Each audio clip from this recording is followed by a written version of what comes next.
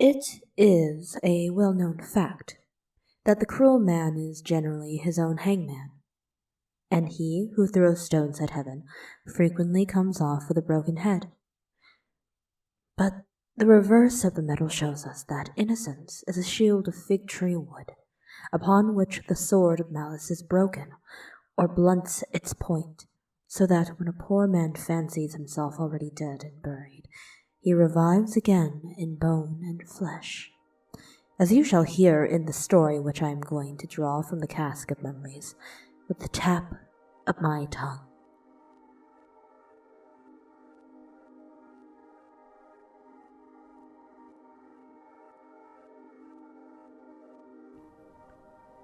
There was once a great lord, who, having a daughter born to him named Talia, commanded the seers and wise men of his kingdom to come and tell him her fortune. And after various counselings, they came to the conclusion that a great peril awaited her from a piece of stock in some flax. Thereupon he issued a command prohibiting any flax or hemp or such like thing to be brought into his house, hoping thus to avoid the danger. When Talia was grown up and was standing one day at the window, she saw an old woman pass by who was spinning. She had never seen a distaff or a spindle, and being vastly pleased with the twisting and twirling of the thread, her curiosity was so great that she made the old woman come upstairs. Then, taking the distaff in her hand, Talia began to draw out the thread, when, by mischance, a piece of stalk in the flax getting under her fingernail, she fell dead upon the ground, at which sight the old woman hobbled downstairs as quickly as she could. When the unhappy father heard of the disaster that had befallen Talia, after weeping bitterly, he placed her in that palace in the country, upon a velvet seat, under a canopy, a brocade, and fastening the doors, he quitted for ever the place which had been the cause of such misfortune to him, in order to drive all remembrance of it from his mind. Now, a certain king happened to go one day to the chase, and a falcon escaping from him flew in at the window of that palace. When the king found that the bird did not return at his call, he ordered his attendants to knock at the door, thinking that the palace was inhabited, and after knocking for some time, the king ordered them to fetch a vine-dresser's ladder, wishing himself to scale the house and see what was inside. Then he mounted the ladder, and going through the whole palace, he stood aghast at not finding there any living person. At last, he came to the room where Talia was lying, as if enchanted, and when the king saw her, he called to her, thinking that she was asleep, but in vain, for she still slept on, however loud he called. So, after admiring her beauty a while, the king returned home to his kingdom, where for a long time he forgot all that had happened. Meanwhile, two little twins, one a boy and the other a girl, who looked like two little jewels, wandered from I know not where into the palace and found Talia in a trance. At first, they were afraid because they tried in vain to awaken her, but becoming bolder, the girl gently took Talia's finger into her mouth to bite it and wake her up by this means. And so it happened that the splinter of flax came out. Thereupon she seemed to awake, as from a deep sleep, and when she saw those little jewels at her side, she took them to her heart, and loved them more than her life. But she wondered greatly at seeing herself quite alone in the palace, with 2 children, and food and refreshment brought her by unseen hands.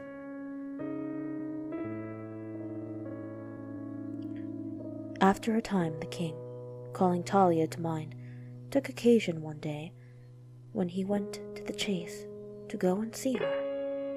And when he found her awakened, and with 2 beautiful little creatures by her side, he was struck dumb with rapture. Then the king told Talia who he was, and they formed a great league and friendship, and he remained there for several days, promising, as he took leave, to return and fetch her. When the king went back to his own kingdom, he was forever repeating the names of Talia and the little ones, insomuch that, when he was eating, he had Talia in his mouth, and sun and moon, for so he named the children. Nay, even when he went to rest, he did not leave off calling on them, first one and then the other.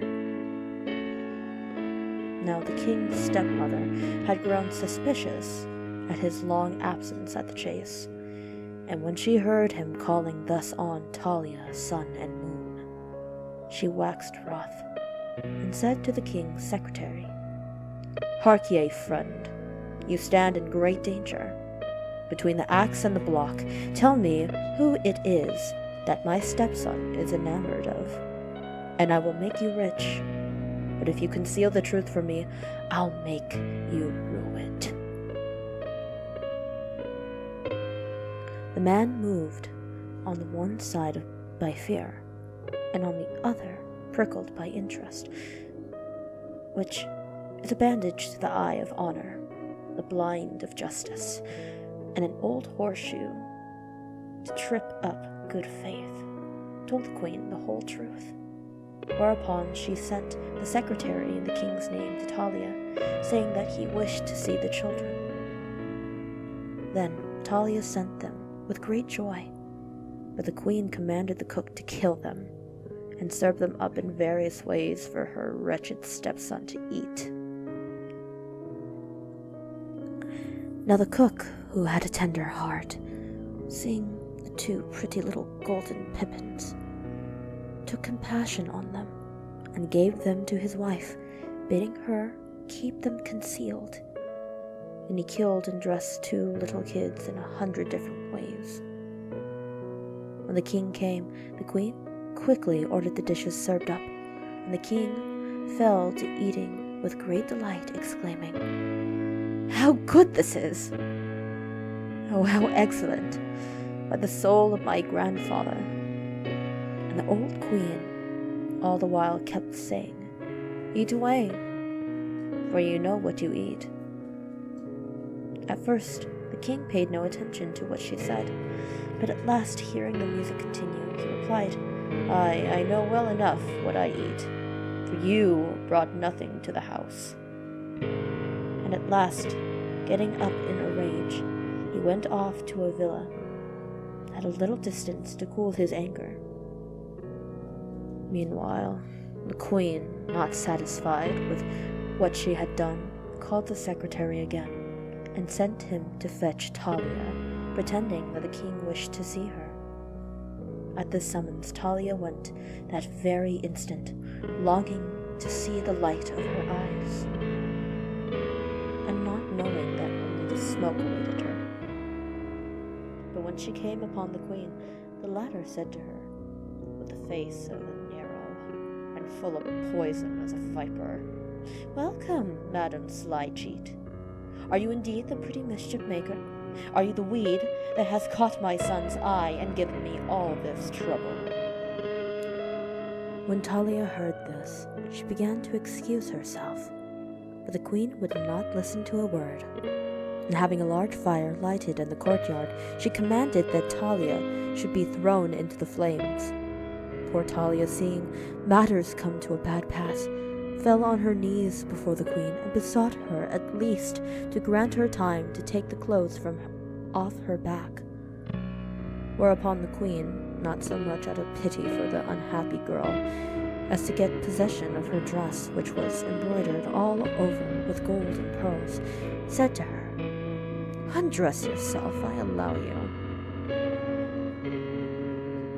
Then Talia began to undress, and as she took off each garment, she uttered an exclamation of grief.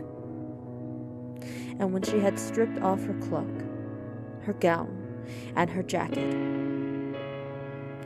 and was proceeding to take off her petticoat, they seized her and were dragging her away.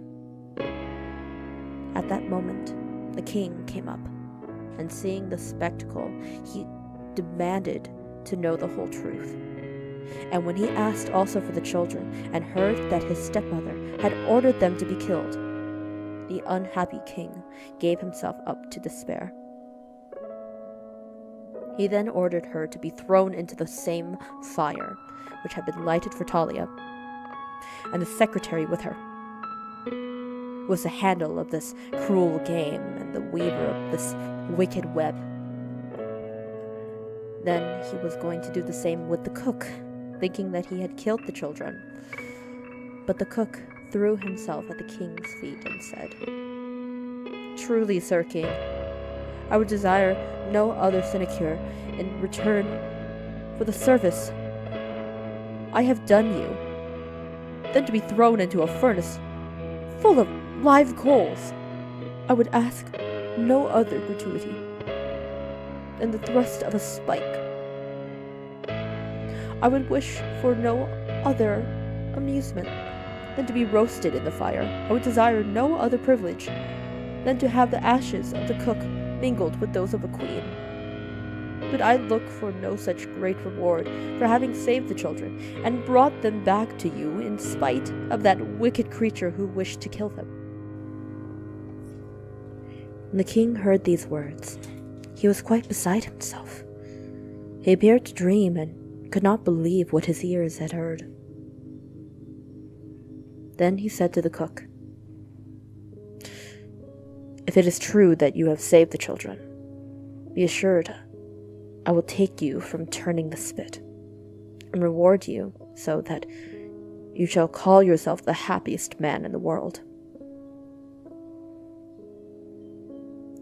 As the king was speaking these words, the wife of the cook, seeing the dilemma her husband was in, brought Sun and Moon before the king, who, playing at the game of 3 with Talia and the other children, went round and round, kissing first one and then another.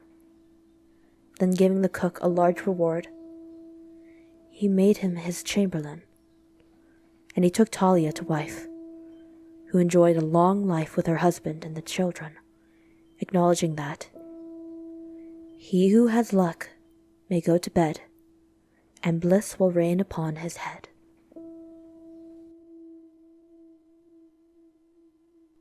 And there you have it. Although there may have been bloodshed, the king has beheld the glory of family, thanks to an honest cook. So is the tale of Sun, Moon, and Talia. Let's hope that sounds okay. Hello everyone.